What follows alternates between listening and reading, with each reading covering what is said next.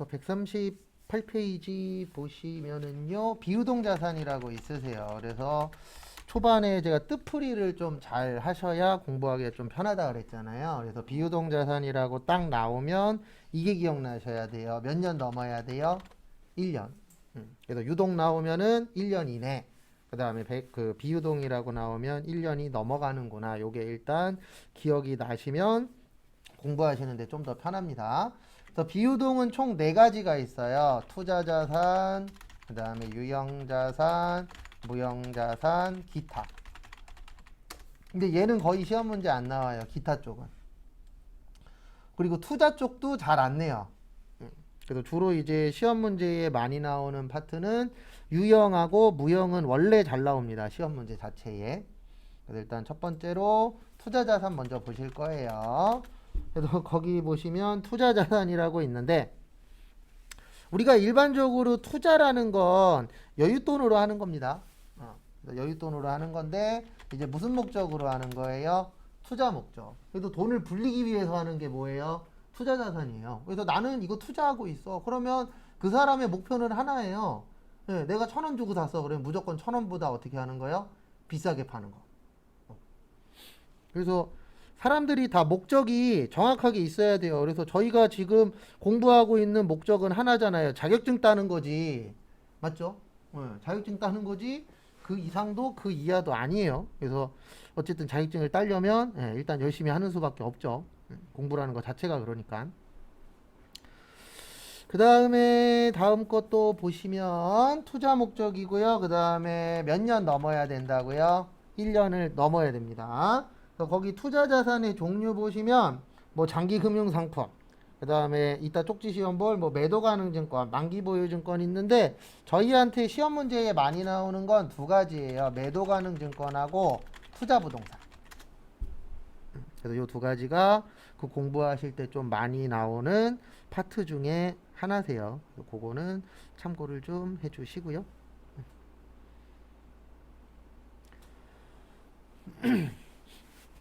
그래서 매도 가능 증권은 어저께 잠깐 설명을 드렸지만, 매도 가능 증권은 단기 매매 증권도 아니고 만기 보유 증권도 아니고 지분법 적용 투자 주식이 아닌 게 뭐가 되는 거예요? 매도 가능 증권이 되는 겁니다. 그래서 매도 가능 증권은 1년 안에 팔면 안 되고 끝까지 갖고 있어도 안 되고 지배 목적도 아닌 걸 뭐라 그래요? 매도 가능 증권이라고 표현을 합니다.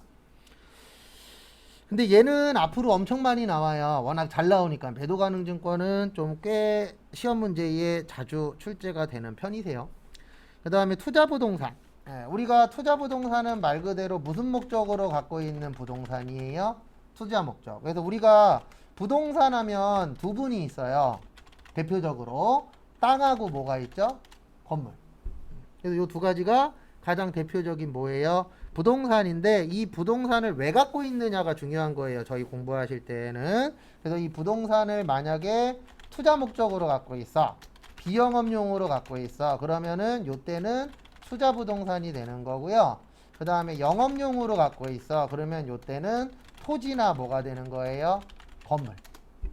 그러니까 어떤 목적이냐에 따라서 달라집니다. 회계는. 그래서 어떤 목적으로 갖고 있을 것이냐, 그게 좀 중요해요. 그 부분 참고해 주시고요. 그래서 영업용은 뭐냐면 말 그대로 우리 회사에서 쓰는 거예요. 왜냐면 회사에서 땅에다가 건물 지어서, 그러니까 결론은 우리 회사 건물인 경우들도 실제 존재하죠. 근데 많은 회사들이 대부분 빌리는 경우들이 훨씬 더 어때요? 많긴 합니다. 근데 빌릴 수밖에 없는 이유는 하나잖아요. 건물값이 뭐 하니까요? 비싸니까 빌리는 거지. 만약에 우리 회사가 돈이 많아, 그러면 사장님이 그 건물을 살 수도 있어요, 없어요? 있죠. 그렇게 되면은 토지하고 건물이 되는 겁니다. 그래서 이게 어떤 목적이냐, 거기에 따라서 차이점이 좀 있다라는 거, 그 부분 좀 참고하시고요. 그 다음에 뭐 나머지는 보실 필요 없어요. 뭐 나머지는 앞으로 보면 되니까.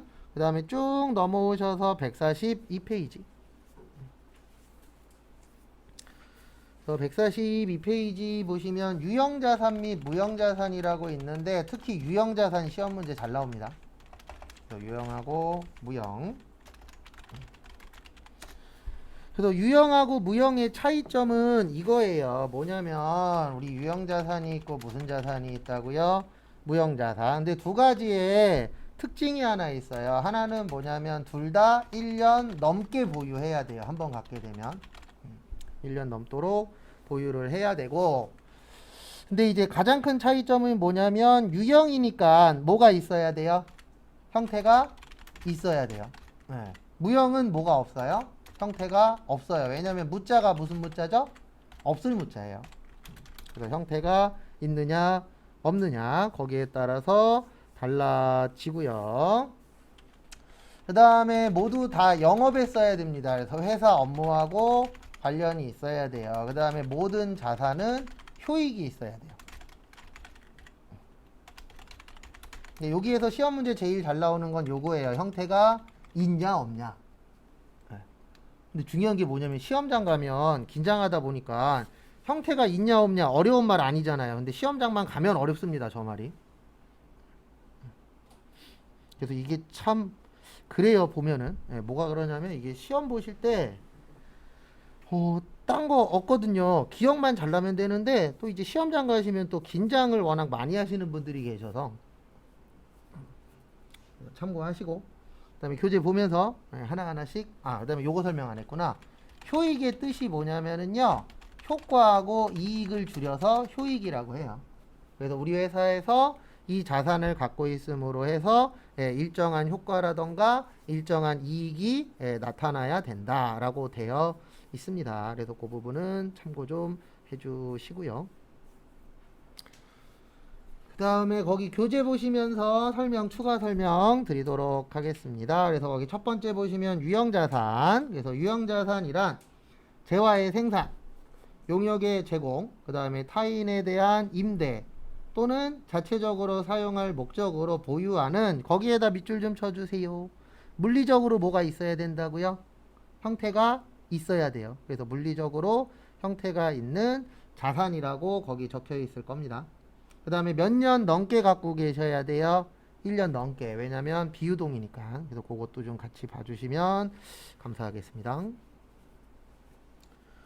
그 다음에 유형자산의 취득원가, 거기 첫 번째 보시면은 외부에서 구입하는 경우라고 있으실 거예요. 그 외부에서 구입하는 경우는 이렇게 기억을 해 주셔야 됩니다. 똑같은 거 또 쓰는 거예요. 매입 시의 부대비용은 무슨 처리한다? 원가 처리. 그 다음에 단기매매증권 살 때 부대비용은 수수료 비용. 그 다음에 매출 시의 부대비용은 그냥 비용이라고 했었죠. 그래서 거기 외부에서 구입할 때는 거기 지문 보시면 수수료, 소개료, 등기료, 취득세, 인수비, 하역비, 시운전비 등의 이런 부대비용은 뭐 한다고요? 합치셔야 돼요. 그래서 우리가 물건 살 때 추가로 나가는 돈들을 뭐라 그래요? 부대 비용이라고 합니다. 또 최근에 밥 먹다가 들은 얘기인데 연수구에서 뭐 내년에 연수구에 사시는 분들은 코로나 관련돼서 뭐가 하나 추가로 더 나온대요. 저희 동네는 아니니까 정확하게 뭐가 나오는지 모르겠는데 어쨌든 코로나 관련된 위생용품인 것 같아요. 이야기하는 거 보니까. 근데 그게 가능한 이유가 뭐냐면 연수구 쪽이 아파트나 이런 게 많잖아요. 그러면 아파트 사고 팔 때마다 취득세를 내요. 그러니까 강남이 다른 데보다 많은 사람들이 강남 살려고 하는 이유가 여러 가지들 많잖아요. 근데 집값도 어때요? 비싸죠. 그러면 강남구는 부자예요. 왜냐면 집 사고 팔 때마다 뭐 많이 내니까요? 세금 많이 내니까. 그래서 우리도 집 사고 팔 때 세금 얼마 내냐 이런 거 중요하잖아요. 그런 것들이 추가로 나가는 돈들을 무슨 비용이라 그래요? 부대 비용. 그래서 그것도 좀 잘 봐두시고. 그 다음에 2번에 보시면 자가 제작, 자가 건설이라고 있습니다. 거기에다가 뭐라고 적어주시냐면은요, 요렇게 좀 적어주세요. 자가 제작, 자가 건설 옆에다가 건설 중인 자산. 무슨 중인 자산이요? 건설 중인. 그래서 그것 좀 잘 봐주세요. 건설 중인 자산.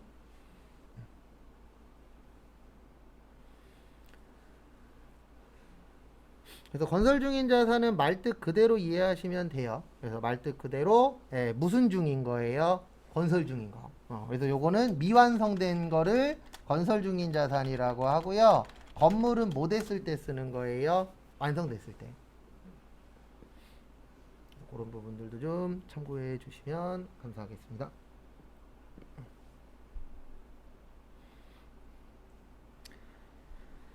그 다음 거 보시면 그 밑에 보시면 교환이라고 있어요. 요거는 외울 겁니다. 저희 외워야 되는 파트라 좀 암기를 나중에 할 거예요. 그래서 교환이라는 게 바꾸는 겁니다.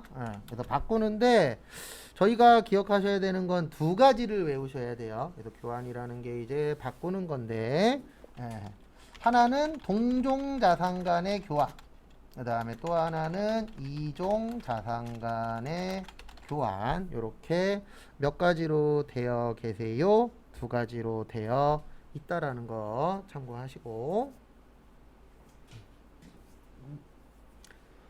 그래서 동종에서 동종은 같은 겁니다. 그 다음에 이종은 뭐예요? 다른 거. 이렇게 이제 두 가지로 나누어지는데, 동종일 때는 제공한 자산의 장부가액으로 보도록 되어 있어요. 무슨 가액으로 본다고요? 장부가액. 그 다음에 이종은 제공한 자산의 공정가액으로 보도록 되어 있습니다. 요거는 추후에 좀 외울 거예요. 간혹가다 시험 문제 나와서.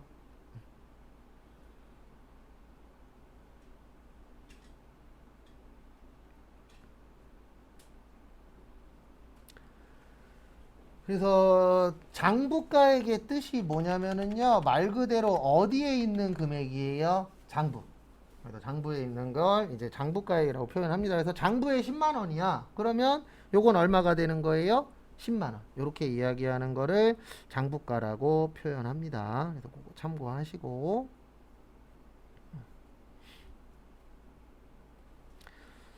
그 다음에 공정가액의 뜻은 다른 말로 공정가액을 공정가치 아니면 시가라고 표현해요. 시가의 뜻이 시장가치예요. 그래서 공정가액의 뜻은 뭐냐면 현재 거래되고 있는 금액을 공정가라고 봐주시면 될 것 같습니다.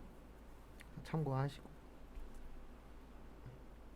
또 뭐가 더 좋다 그런 건 없어요. 그런 건 없고 그냥 공정가 그러면 말 그대로 공정한 금액, 내가 사든 남이 사든 똑같은 금액, 그거를 무슨 가라 그래요? 공정가라고 하는 거고요.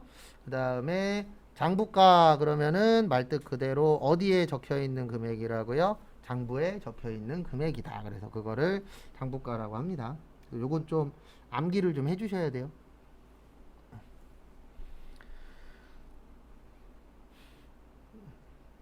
그리고 그 다음에 보실 게 거기 보시면은요, 그 143페이지에 보시면 부대 비용이라고 있어요. 143페이지에 부대 비용. 그래서 부대 비용 나오면은 그냥 이렇게 생각하세요. 어떻게 생각하시냐면 추가 비용이라고 생각을 하세요. 우리가 어떤 물건을 사거나 할 때 추가적으로 돈 나가는 경우가 실제 있죠. 그 추가적으로 나가는 거를 무슨 비용이라고 생각을 해주세요? 부대 비용. 그래서 우리는 이렇게 기억하시면 된다 그랬죠. 매입 시에 들어가는 부대 비용은 원가에다가 합치는 겁니다. 그래서 원가 처리하는 거고, 그 다음에 단기 매매 증권 살 때 부대 비용은 수수료 비용 처리하는 거고, 팔 때 부대 비용은 뭐야? 그냥 비용. 요거 상황에 따라서 달라집니다. 그러니까 회계는 상황이 중요해요. 이 상황이 어떤 상황이냐. 왜냐면 거기에 따라서 답이 완전히 갈리기 때문에 그 상황을 이해하는 것도 중요합니다.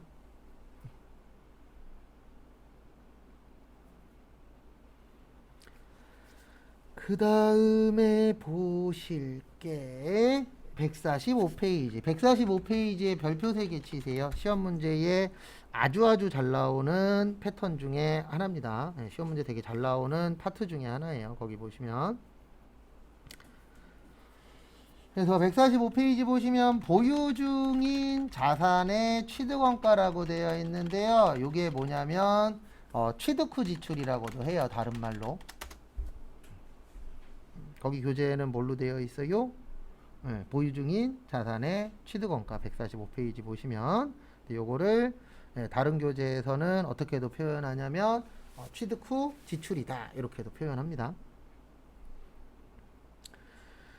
그래서 이게 뭐냐면은요, 이런 거 얘기하는 거예요. 이게 뭐냐면 우리가 어떤 물건을 사잖아요. 그러면 그 물건을 산 다음에 그 물건을 사용을 합니다. 근데 그 물건을 쓰다 보면 고장 날 수도 있어요, 없어요? 있죠. 예. 아니면 고장 나기 전에 돈을 들여서 더 좋게 만드는 경우들도 있잖아요. 그래서 추가로 나가는 돈을 어떻게 처리할 것이냐, 이런 문제가 이제 생기는 거죠, 회계에서는. 예. 그래서 회계에서는 어떻게 하라고 되어 있냐면 이렇게 하라고 되어 있어요. 두 가지가 있어요. 자본적 지출하고 무슨적 지출이요? 수익적 지출. 이렇게 두 가지로 되어 있습니다. 두 가지로 되어 있는데 이제 또 하나씩 또 봐야죠. 결과적으로는. 그래서 앞에 보세요. 자본적 지출은 증축. 증축이 뭐냐면 층수를 올리는 겁니다. 근데 이거 되게 위험해요. 층수 올리는 거. 왜냐면 이게 실질적으로 아파트를 지을 때 만약에 10층짜리 아파트를 지었어. 그러면 대부분 우리나라에서 10층에 맞게끔 설계도를 만들거든요. 근데 만약에 그 위에다가 두 개 층을 더 얹으려고 그래. 그러면 잘못하면은 아파트가 무너질 수도 있어요. 이게 문제가 뭐냐면 처음부터 아예 15층으로 지을 생각을 하고 뼈대를 15층짜리를 만들어 놨으면 상관이 없는데 뼈대는 10층짜리야. 근데 거기에다가 만약에 두 개 층을 더 올렸어. 그러면 밑에서 버틸 수도 있지만 못 버틸 수도 있죠. 그래서 증축이라는 게 약간 좀 위험하기는 해요. 이게 아직 전 세계적으로 뭐가 맞다 틀리다라고 얘기를 못 해요. 왜냐면 어떤 나라도 쉽게 못 해요. 잘못했을 때의 후유증이 너무 크니까. 그래서 뭐 여러 가지 얘기들이 나오긴 하는데 어쨌든 좀 위험한 방법 중에 하나예요. 그 다음에 내용연수 증가. 내용연수라고 나오면 이렇게 생각하세요. 사용기간. 그래서 우리가 어떤 걸 바꿈으로 해서 더 오래 쓸 수 있대. 이런 것들이 생길 수 있어요, 없어요? 있어요. 그 중에 이제 대표적인 게 뭐가 있냐면 만약에 우리 집에 컴퓨터가 있어요. 그래서 컴퓨터가 있는데 컴퓨터가 고장이 났어. 고장이 날 수도 있잖아요. 그래서 고장이 나갖고 그 컴퓨터 고치는 아저씨를 불렀어요. 그래서 컴퓨터 아저씨가 이렇게 얘기하는 거죠. 이거 돈 얼마 들이면 더 좋게 만들 수 있다고. 이런 경우들이 있어요, 없어요? 있죠. 근데 문제는 돈이 많이 들어가야 됩니다. 맞죠? 오래 쓰려면. 그래서 대부분 쓰다가 못 쓸 것 같으면 그냥 버리잖아요. 돈 들여서 더 좋게 만들 수도 있긴 있는데 그러면 돈이 많이 필요해. 그 다음에 또 보실 게 엘리베이터 설치. 우리 보면 집 있잖아요. 뭐 빌라든 아파트든 보면은 엘리베이터가 있는 데가 비싸요? 없는 데가 비싸요? 당연히 있는 곳이 훨씬 더 어때요? 비싸요. 왜요? 엘리베이터 있으면 편하니까. 그 대신 엘리베이터 설치하면 돈 듭니다. 왜냐면 매일매일 전기요금도 나가잖아요. 그 다음에 나중에 너무 오래돼서 얘가 말을 안 들으면 교체도 해야 되고. 그래서 엘리베이터가 있느냐 없느냐가 가격 가치에 영향이 있죠. 그래서 실제 한 10년 전인가? 저도 이거 신문으로 봤었는데 이런 일이 있었어요. 두바이 아시죠? 두바이에서 80층 정도 되는 빌딩을 되게 이쁘게 짓고 있었어요. 근데 거기 인부분이 뭔가 이상하더래요. 설계도면을 봤는데 뭔가 빠진 것 같아. 그래갖고 봤더니 엘리베이터가 뭐 한 거예요? 빠졌어요. 이거 실제 있었던 일이에요. 근데 다행이었던 게 뭐였냐면 그 인부분이 완성되기 전에 찾은 거예요. 그 설계도를 바꿔서 엘리베이터를 넣었다고. 만약에 엘리베이터 없으면은 80층까지는 못 갑니다. 맞죠? 80층까지는 둘째 치고 저희가 예전에 13층 썼었거든요. 여기 13층 썼는데 지금 9층으로 내려왔잖아요. 13층에 있을 때 한번 여기 건물 자체가 정전이 된 적이 있었어요. 아침에. 저 출근하는데 정전됐다라고 붙어 있더라고요. 어쨌든 올라가야 되잖아요. 13층으로. 13층으로 걸어서 올라갔는데 문제가 터진 거예요. 무슨 문제가 터졌냐면은 물이 안 나와요. 정수기가. 요즘엔 다 전기로 연결되어 있으니까. 그래서 내려가갖고 또 편의점 가갖고 그 물 큰 거 있잖아요. 12개를 들고 올라왔죠. 씩씩 대면서. 근데 또 가는 날이 장날이라고 어떤 분은 또 기부스를 하셨네.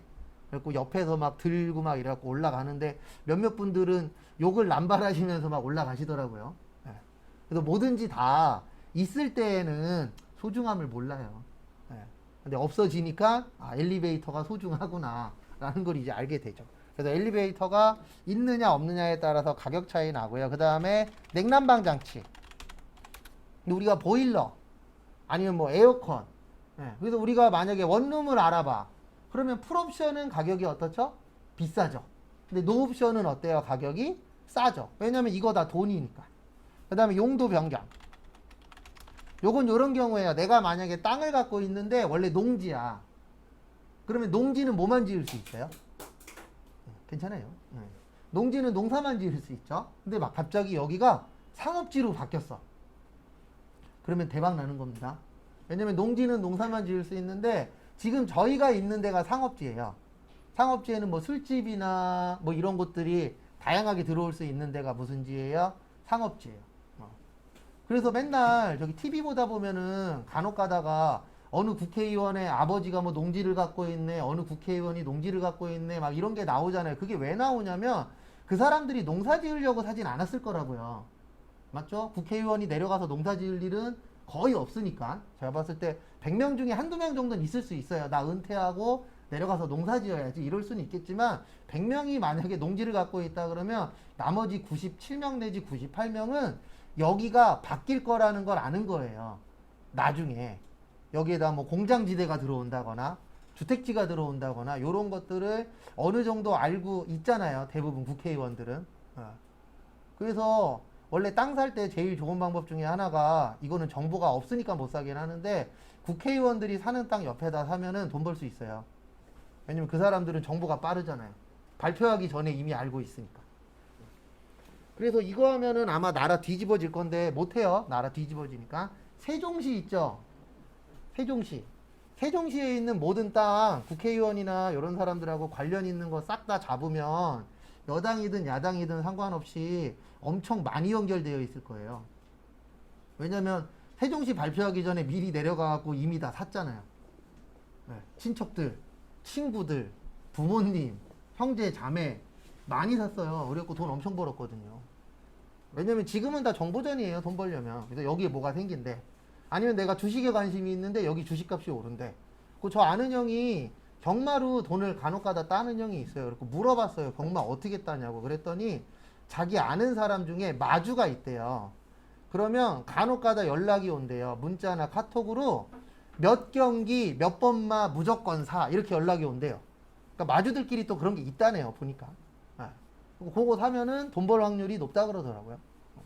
요즘에는 다 어떻게 보면 정보전이라 돈 버는 게. 근데 우리한테 중요한 거는 자본적 지출 나오면 자산 처리하는 거예요. 왜냐면 이게 가치가 올라가는 거거든요. 자본적 지출은. 그래서 무슨 처리하라고요? 자산 처리.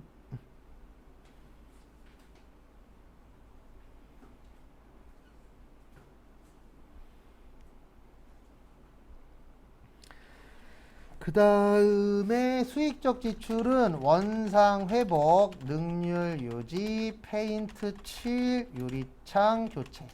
그래서 수익적 지출은 대부분 다 돈 오르는 거하고는 상관이 없는 거예요. 그리고 우리한테 중요한 거는 비용 처리하는 겁니다.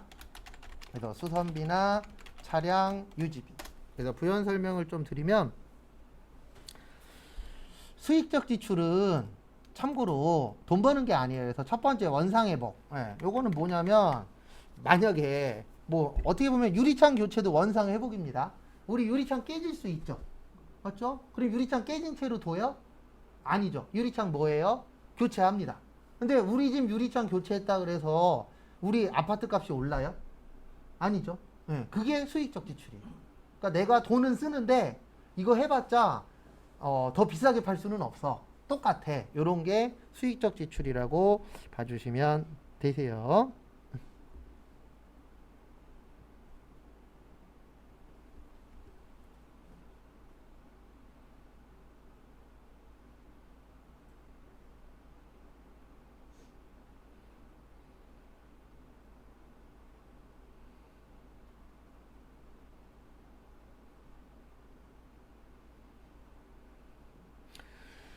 그 다음에 또 보실 게 능률 유지. 능률 유지는 뭐냐면 이럴 수 있겠죠. 우리 회사 기계가 있어요. 근데 기계 같은 것도 가끔씩 기름칠도 해주고 닦아주고 하죠. 근데 왜 그러냐면 닦아준다 그래서 더 좋아지는 건 아닙니다. 기름칠해준다 그래서 기계가 더 좋아지는 건 아니죠. 근데 어느 정도 유지는 할 수 있죠. 예. 근데 이것도 다 돈 들어가잖아요. 그 다음에 아파트 같은 경우에 5년에 한 번씩 무슨 칠해요? 페인트 칠합니다. 근데 페인트 칠한다 그래서 안에가 좋아지는 건 아니잖아요. 그냥 겉만 좋아지는 거지. 그래서 페인트 칠한다 그래서 아파트 가격에 영향이 조금은 있을 수 있지만 크게 영향은 없어요. 왜냐면 페인트 칠한다 그래서 안에가 좋아지는 건 아니잖아요. 겉만 번지르르해지는 거지. 근데 약간 이 페인트 칠 가지고 요즘에는 가격 상승하는데 좀 이용하시는 분들도 있더라고요. 저희 어머니가 지금 사시는 아파트가 있는데 거기가 요즘 어쨌든 요즘 아파트가 다 올랐잖아요. 예. 그래갖고 어머니 집 놀러 갔다가 거기 이제 그 뭐냐 동 대표들끼리 회의한 게 회의록 이렇게 붙여놓잖아요. 근데 거기에 뭐라고 되어 있냐면 아파트값 상승을 위해서 페인트 칠 하겠다고. 그리고 이제 어머니가 그 동 대표는 아니고 아시는 분이 회장님이셔갖고 감사를 보는데 어머니 얘기 들어봤더니 동 대표 회의에서 이런 말이 나왔대요. 지금 그 집이 한 2억 5천? 2억에서 2억 5천 사이에 지금 거래되고 있거든요. 엄청나게 비싼 집은 아니에요. 처음에 살 때 1억 7천이었으니까. 근데 3억 이상에 내놓을 거라고. 그래서 결론은 뭔지 아세요? 호구 하나 걸리라고. 지금은 다 그래요. 만약에 원래 이 집이 현재 거래가가 5억이야. 그러면 5억에 안 내나요? 5억 5천 6억에 내나요? 그래 놓고선 기다리는 거예요. 뭘 기다리는 거예요? 호구 하나 걸리기를. 근데 문제는 그겁니다. 호구가 나만 아니면 되는데 내가 호구가 될 수도 있어요, 없어요? 있어요. 근데 그게 지금 당시에 호구인지 모릅니다. 참고로 저도 예전에 연애했을 때 호구짓 한 적이 있었어요. 진짜 바보도 그런 바보가 없었는데 내가 2주 동안에 150인가 200을 썼어요. 2주 동안에. 근데 더 웃긴 건 뭐냐면 먹는 거로는 한 5만 원인가 10만 원밖에 안 썼거든요. 100만 원 이상을 그 여자분 뭐 사갔더라? 슬리퍼부터 해갖고 집안에서 쓰는 거를 나만 만나면 사갔었어요. 그 호구였었죠. 지금 생각해보면. 근데 그 당시에는 내가 지금 호구짓을 하는지 뭐 하는지 몰랐어요. 그 이후에 알았지. 그 당시에는 모릅니다. 뭐든지 다. 잘 될지 안 될지 아무도 모르잖아요. 그리고 참고로 제가 월요일날 안 나오면 로또 1등 된 거예요. 근데 걱정하지 마십시오. 화요일날부터는 출근할 겁니다. 하루는 즐겨야죠. 요즘 로또 1등 돼도 강남 가서 집 한 채도 못 사요. 괜찮은지. 그만큼 화폐 가치가 떨어져 갖고. 근데 걱정하지 마십시오. 제가 지금 거의 한 8년 내지 10년 동안 매주는 오바고 한 달에 한 두세 번씩은 사는데 거의 매주 가까이 사는데 4등이라는 것도 돼본 적이 없어요. 4등이 5만 원이거든요. 이거 중요합니다. 저희 시험에 나와요. 5만 원인 이유가 있어요. 4등이 5만 원까지는 세금 안 내요. 그래서 4등이 5만 원입니다. 요거 나와요. 저희 공부할 때 나중에. 그래서 요거 시험에 종종 나오니까 잘 좀 기억해 주시고요. 그 다음에 148페이지.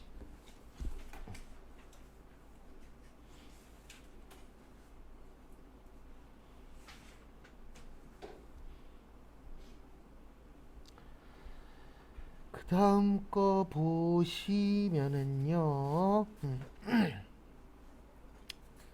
다음 거 보시면 유형자산의 감가상각. 그래서 감가의 뜻이 뭐냐면 가격이 뭐 하는 거예요? 감소하는 거. 요거를 감가상각이라고 합니다. 그래서 감가상각이 일단 처음으로 기억하셔야 되는 건 이건 쪽지 시험은 안 보는데 체계적이고 합리적이라는 문구가 나오면 감가상각이에요. 거기 교재 148페이지 세 번째 줄에 있어요. 위에서 세 번째 줄 보시면 체계적이고 합리적.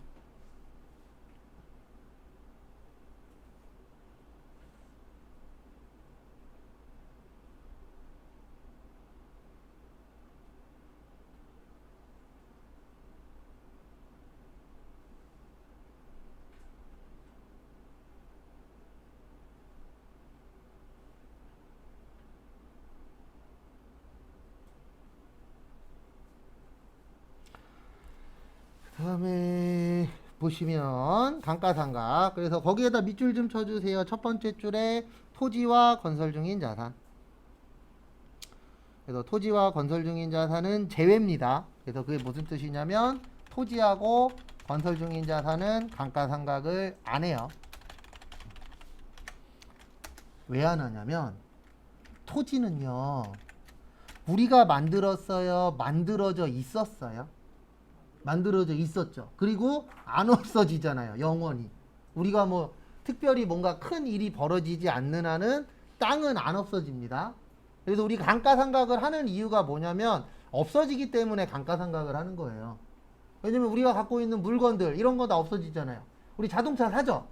영원하게 끌고 다니는 거 아니잖아요. 어느 정도 되면은 폐차시켜야 될 때가 오죠. 예, 그래서 감가상각을 하는 건데 토지는 없어지지 않기 때문에 감가상각할 필요가 없다. 이렇게 되어 있고요. 그 다음에 건설 중인 자산은 미완성이라 감가상각 할 필요가 없어요. 왜냐면 감가상각은 완성된 이후에 하는 거예요.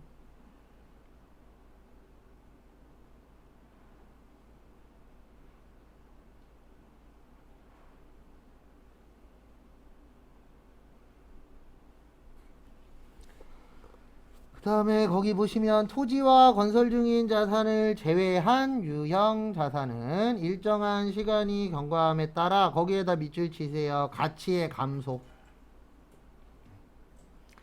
그래서 현재 우리나라에서 감가상각이 안 맞아 떨어지는 게 딱 하나 있어요. 건물. 예, 우리나라는 건물이 오래되면 오래될수록 가격이 올라가는 경우들도 있어요, 없어요? 있죠. 예. 근데 그게 왜 그러냐면 저것 때문에 그래요. 지리적 위치 때문에. 대부분 오래된 건물들이 자리가 좋아요. 아닌 곳들도 있긴 하지만 예, 자리가 좋다 보니까 그 분명히 쓰러져 가는 것 같은데 비싸. 예. 대표적으로 저기 강남에 가면은 무슨 아파트죠? 음마 아파트. 저도 그 앞에 몇 번 강남에서 예전에 잠깐 일한 적이 있어갖고 음마 아파트 그런 데 앞에 지나가 봤는데 진짜 아파트 오래됐어요. 주차장도 좁고.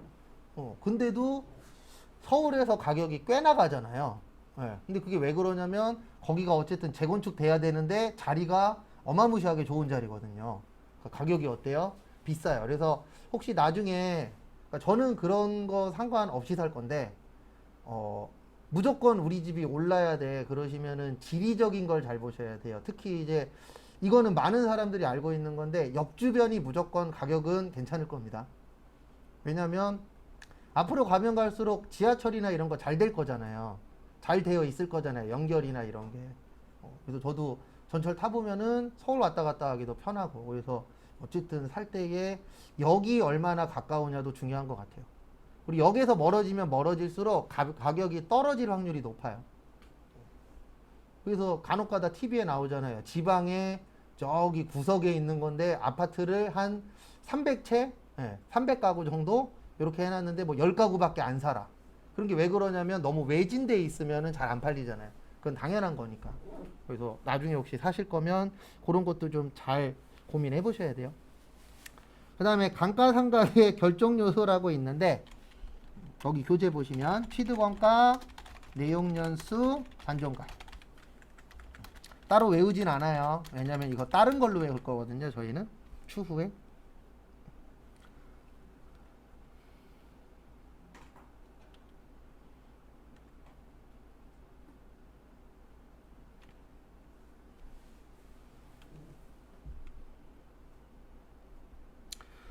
그래서 보시면 취득 원가는 말 그대로 내가 산 금액을 뭐라 그래요? 취득 원가라 그래요. 그래서 구입가라고 우리가 표현하잖아요. 그래서 산 금액을 취득 원가라고 합니다. 그 다음에 내용연수는 사용 기간. 그 다음에 잔존가액은 남은 금액을 뭐라 그래요? 잔존가액이라고 합니다.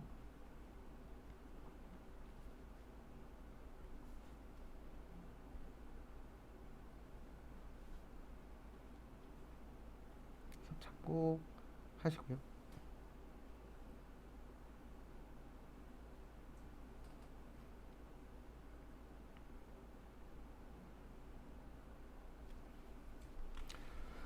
그 다음에 저희가 외울 거는 공식이에요. 여기에서 일단 제일 중요한 건 공식이에요. 계산 문제 나오기 때문에. 그래서 요거는 아마 그 암기하라고 드린 거 두 번째 장 2페이지 위쪽에 있을 거예요. 제 기억으로는. 그래서 감가상각 공식 외울 겁니다. 네, 언제 볼 거냐면은 요건 금요일 날 볼 거예요. 그래서 정액법, 정률법, 연소학계법, 이중체감법, 생산량 비례법. 그래서 보시면 정액법은 취득원가 마이너스 잔존가치 나누기 내용연수. 우리 교재에는 거기 148페이지 밑에 있어요. 근데 두 개밖에 없어요, 교재에는. 근데 우리는 5개 외워야 돼요. 왜냐면 뭐 나올지 모르니까.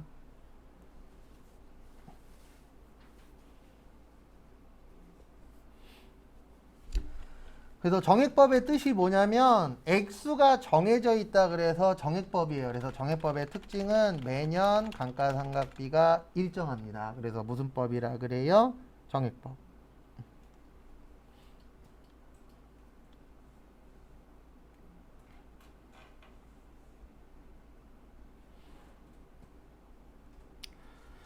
그 다음에 두 번째 정률법. 정률법은 취득 원가 마이너스 감가상각 누계 곱하기 정률. 그래서 얘는 초기에 감가상각비가 크다.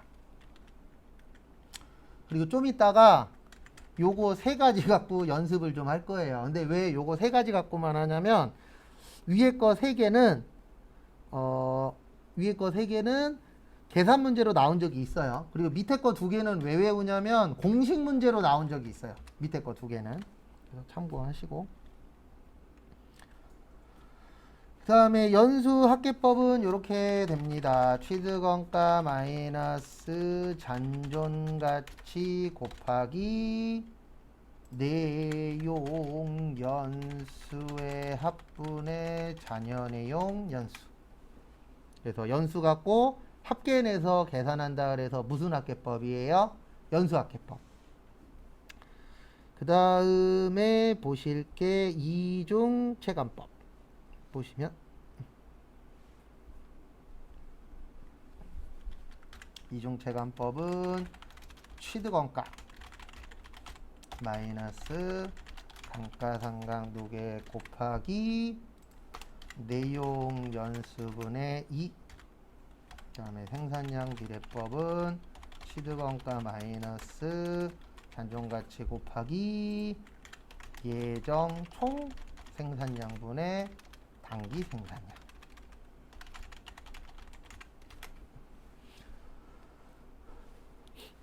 그리고 저한테 제일 많이 하시는 얘기가 이 얘기예요. 잘 안 외워져요. 저도 알아요. 절대 잘못된 건 아닌데 시험 볼 때까지는 어떻게든 외우셔야 됩니다. 그렇다고 해서 제 머리를 빌려드릴 수도 없잖아요. 그게 된다 그러면 복사라도 해드릴 텐데 시험 볼 때만이라도. 그래서 이런 공식들은 왜 외워야 되냐면 그냥 시험 문제가 이렇게 나와요. 앞에 잠깐 봐보세요. 만약에 뭐 취득원가 100만 원, 그 다음에 취득원가 100만 원, 그 다음에 잔존가치 10만 원, 내용연수 5년, 정률 50%, 뭐 이런 식으로 나와요. 이래 놓고선 정액법으로 구하시오. 이렇게 시험 문제 나옵니다. 근데 정액법이 기억이 안 나. 그러면 그냥 뭐 하는 거예요? 찍는 거예요. 맞죠? 왜냐면 이런 건 공식으로 기억을 해서 대입해서 풀 수 있어야 되잖아요. 그래서 어쩔 수 없이 외우는 겁니다. 그리고 이제 종종 이런 거 물어보시는 분들 계세요. 아우 실무에선 어떻게 해요? 회사 가시면 컴퓨터가 해줘요. 우리 기억 안 나면 인터넷에다가 정액법 치면 나오잖아요. 근데 시험 볼 때 인터넷에다 정액법 치면 나오는 게 아니고 쫓잖아요. 맞죠? 시험 볼 때는 인터넷 못 쓰니까. 그러니까 어쩔 수 없이 외우는 거지. 예. 뭐 저도 안 나오면 외우라고 안 할 텐데. 그래도 지금부터 요 세 가지로 보여드릴게요. 정액법, 정률법, 그 다음 무슨 법이요? 연수학계법. 그래서 첫 번째로 정액법. 취득원가 마이너스 잔존가치 나누기 내용연수. 그래서 보시면 이렇게 됩니다. 취득원가 얼마예요? 100. 그 다음에 잔존가치 10. 내용연수 몇 년이요? 5년. 그러면 18만원 나와요. 요게 1차예요. 그 다음에 2차도 100 빼기 10 나누기 5 그러면 얼마 나와요? 18만원. 그래서 매년 똑같다. 그래서 무슨 법이라고요? 정액법. 왜냐하면 정액의 뜻이 정해져 있는 거거든요. 금액이. 그래서 정액법의 특징은 매년 똑같아요. 그래서 1차부터 몇 차까지 똑같은 거예요? 5차까지. 근데 왜 5차까지 해야 되냐면 몇 년짜리니까? 5년. 이 감가상각비는 1년에 한 번 계산해요. 1년에 몇 번 계산한다고요? 한 번. 그래서 참고하시고. 그 다음에 두 번째는 정률법. 그래서 취득 원가 마이너스 감가상각 노계액 곱하기 정률. 그래서 취득 원가가 100. 감가상각 노계액은 없어요. 여기 있어요, 없어요? 없죠. 그래서 빵. 그 다음에 정률 몇 프로라고요? 50%. 그러면 50만 원 나와요. 요게 1차. 그 다음에 2차는 100만 원 빼기 50만 원. 이 감가상각 누계액의 뜻이 뭐냐면 누계의 뜻이 누적이에요. 뭐라고요? 누적. 그래서 처음에는 감가상각 한 적이 없으니까 0이야. 근데 두 번째는 좀 전에 계산했더니 50만 원 나왔잖아요. 그게 누적액이 되는 거예요. 그래서 50만 원. 그러면 여기에 50% 하니까 25만 원 나와요. 얼마 나와요? 25만 원. 요게 몇 차요? 2차. 그 다음에 3차가 핵심이에요. 얼마 뺄까요? 여기 처음에 50 있었죠? 그래서 여기 얼마 뺐어요? 50. 여기 두 번째 얼마 나왔어요? 25. 그러면 여기는 얼마 빼요? 얼마?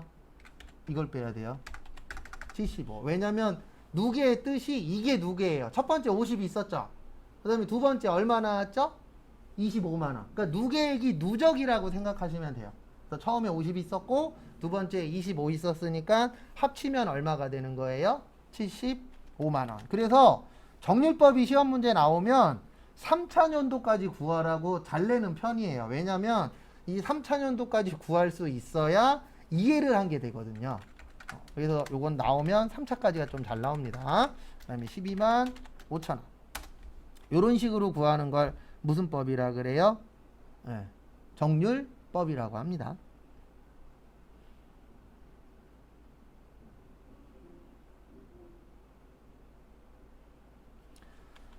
그 다음에 연수학계법. 그래서 연수학계법은 취득원가 마이너스 잔존가치 곱하기 내용 연수의 합분의 뭐라고요? 잔여 내용 연수. 그래서 이렇게 계산하는 거예요. 어떻게 계산하냐면은 아까 취득원가 100이었고 잔존가치 10이었어요. 그 다음에 아까 내용 연수 5년이라 그랬습니다. 몇 년이라 그랬어요? 5년. 그러면 이렇게 구하는 거예요. 내용 연수의 합은 5년이면 1 더하기 2 더하기 3 더하기 4 더하기 5. 요거를 내용 연수의 합이라 그래요. 그래서 만약에 10년이 나왔어. 그러면 1부터 몇 가지 더해야 돼요? 10까지. 근데 참고로 저희 시험은 5년 이상 낸 적은 한 번도 없어요. 근데 참고로 저 다른 시험 볼 때 20년 나온 적도 있어요. 근데 원래 이거 구하는 공식이 있는데 저희는 몰라도 돼요. 그냥 요 정도만 기억하시면 돼요. 만약에 시험이 3년이 나왔어. 그러면 1 더하기 2 더하기 3. 그 정도는 계산기로 할 수 있잖아요. 근데 20이면은 계산기로 치다 엉뚱한 거 쳐갖고 좀 헷갈릴 수는 있어요. 그 다음에 잔여 내용 연수는 남은 거 얘기하는 거예요. 그래서 5. 요런 식으로 하시면 됩니다. 그래서 뭐가 필요하다고요? 우리는 공부할 때 계산기. 그래서 90만원 나누기 15 곱하기 나누기 15 곱하기 5 하면 30만원 나와요. 요게 1차. 그 다음에 2차는 100만원 빼기 10만원 곱하기 1, 2, 3, 4, 5 더하면 15 나와요. 얼마 나온다고요? 15. 그 다음에 아까는 5년 남았어서 여기 5라고 썼잖아요. 이제 1년 지났으니까 몇 년 남았죠? 4년 남았죠. 그래서 두 번째는 얼마요? 4. 그래서 24만원. 요게 2차. 그 다음에 100만원 빼기 10만원 곱하기 15분의 몇이요? 3. 그러면 얼마 나오냐면 18만원 나와요. 요게 몇 차요? 3차. 요런 식으로 계산하는 걸 무슨 법이라 그래요? 연수학계법. 그래서 제가 문제 하나 만들어 드릴 거예요. 그러면 여러분들은 정액법, 정률법, 연수학계법으로 한번 구해 보세요. 그리고 아직 공식 못 외웠으니까 공식 보고 하세요. 만약에 취득원가가 500만 원이에요. 그 다음에 잔존가치가 50만 원이에요. 그 다음에 내용연수는 3년. 그 다음에 정률 50%라고 생각하시고 한번 구해보시기 바랍니다. 그래서 무슨 법 하시라고요? 정률법, 정액법, 정률법, 연수, 학회법으로 한번 구해보세요. 맞추는 건 다음 시간에 맞출 거예요.